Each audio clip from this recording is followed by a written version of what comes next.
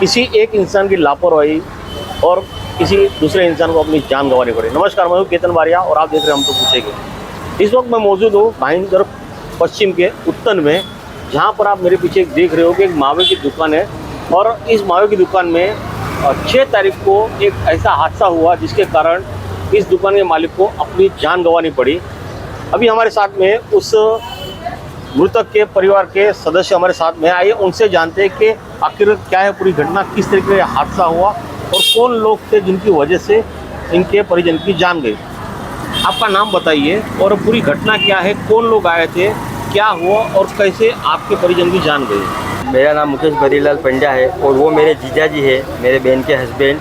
वो ये दुकान चलाते थे। वो यहाँ पे अकेले थे। दोपहर की 2:30 बजे की घटना है।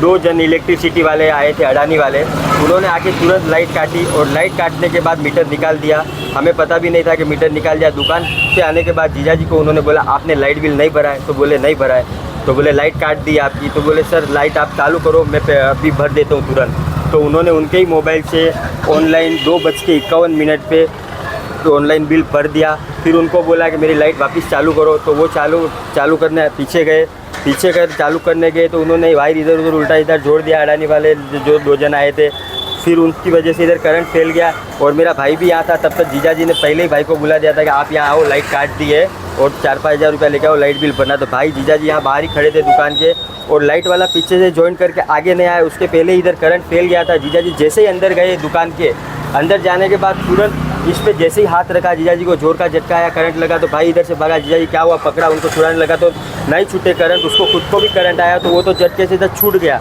और फिर उसने तुरंत बटन मेन स्विच सब बंद किए तुरंत। लेकिन तब तक जीजाजी को इतना जोरदार झटका आया, जीजाजी जगह पे ही गिर गए। ठीक है, जब जगह पे गिर गए तुरंत मेरे भाई ने उसी टाइम मुझे फ़ोन किया। डरा हुआ था एकदम, बोला जल्दी आओ जीजाजी की दुकान पे जल्दी आओ। तो मैं भाग के तुरंत यहाँ आया। यहाँ पे सब आजू बाजू वाले भी थे। मैं भाग के तुरंत आया और फिर मैंने हाथ जोड़े, रिक्शे वाले को बुलाया। मैं बोला भाई कोई रिक्शे में लेके चलो, हॉस्पिटल लेके चलो, जीजाजी को हॉस्पिटल लेके चलो, करंट आ गया है। फिर एक काउंटर साइड पे लिया। इधर से सब जन जमा हुए, 10-20 जन हम लोग ने, 4-5 जन ने मिलकर जीजाजी को रिक्शे में रखा। मैं यहाँ पे कोसा हॉस्पिटल है उत्तर में, वहाँ ले गया उनको। वहाँ लेके जाने के बाद मैं वहाँ पे भी पैर पड़ा, हाथ जोड़ा। मैं बोला मेरे जीजाजी को बचाओ। मैं बहुत डर गया था। मैं बोला जीजाजी को बचाओ। तो उन्होंने बोला कि इनको मीरा रोड ले जाओ, अच्छे हॉस्पिटल में, वोकार्ड में ले जाओ, आप ये अच्छे हो जाएंगे। तो तुरंत एम्बुलेंस बुलाई उन्होंने। मैं बोला एम्बुलेंस बुलाओ। तुरंत उन्होंने एम्बुलेंस बुलाई। मैं वोकार्ड में ले गया। मैं, मेरा भाई, मेरे पप्पा और जो एक लड़का यहाँ पे काम करता था, हम चारों जीजाजी को वोकार्ड में ले गए। वोकार्ड में जाने के बाद डॉक्टर साहब ने 5 मिनट में रिपोर्ट दे दी कि इनकी डेथ तो पहले ही हो चुकी थी, आप इधर लाए उसके पहले ही हो चुकी थी इनकी डेथ। हम लोग बहुत डर गए। और यहाँ से फिर धीरे धीरे जैसे जैसे पता चलता गया, यहाँ से सब व्यापारी मंडल वाले, दुकान वाले, पहचान वाले, करीब 80 से 100 जन हमारे रिश्तेदार वहाँ पे जमा हुए। फिर हम लोगों ने सबको बताया धीरे धीरे। फिर हम लोग टेम्बा हॉस्पिटल ले गए बॉडी को वोकार्ड में से पोस्टमार्टम के लिए। पोस्टमार्टम रिपोर्ट में अभी तक उन्होंने कारण पूरा बताया नहीं है और रिवीजन नहीं लिखा है किस वजह से डेथ हुई है। उन्होंने ऐसे ही लिखा कॉज ऑफ डेथ, ऐसा कुछ इंग्लिश में लिखा है, रिवीजन नहीं दिया है। फिर हम लोग वहाँ से 3 बजे पूरा पेपर ये करके बॉडी एम्बुलेंस पे लिख हम लोग गाँव गए। कल ही गया था सुबह में FIR दर्ज करने। मैं बोला सर हमारे साथ इतना बड़ा हादसा हो गया है, लॉस हो गया है, मेरी बहन के हस्बैंड को करंट आ गया है इलेक्ट्रिसिटी वाले की वजह से, अडानी की वजह से। मुझे अडानी के खिलाफ़ FIR दर्ज करानी है। तो मेरी FIR दर्ज नहीं की उन्होंने। मुझे बोला अभी FIR दर्ज नहीं होगी, अभी रिपोर्ट चालू है, PWT वाले आए हैं, वो रिपोर्ट देंगे, 4-5 दिन बाद देखेंगे। मैं बोला सर मेरी FIR तो ले लो, इतना बड़ा हादसा हुआ है हमारे साथ। अब मेरी बहन के 2 बच्चे हैं। मैं बोला उनका क्या होएगा सर, इतना बड़ा एक किसी की वजह से, गलती की वजह से इतना बड़ा हादसा हो गया, मेरे जीजाजी की डेथ हो गई, तो भी उन्होंने FIR मेरी दर्ज नहीं की। इस पूरे घटनाक्रम में मृतक के परिजनों ने जिस तरह पुलिस विभाग पे आरोप लगाए हैं, कहीं ना कहीं उन्होंने शक के कटोरे में खड़ा कर दिया है। मगर हमने इस पूरी घटना की जानकारी जानने के लिए यहाँ के उत्तन सागरी पुलिस स्टेशन के वरिष्ठ पुलिस निरीक्षक दादाराम करंडे से मुलाकात की और उनसे जाना कि आखिरकार ये पूरे घटनाक्रम किस तरह हुआ और इसमें कौन दोषी है। तो आइए आपको बताते हैं कि यहाँ के वरिष्ठ पुलिस निरीक्षक दादाराम करंडे साहब का इस पूरे घटना के बारे में क्या कहना है।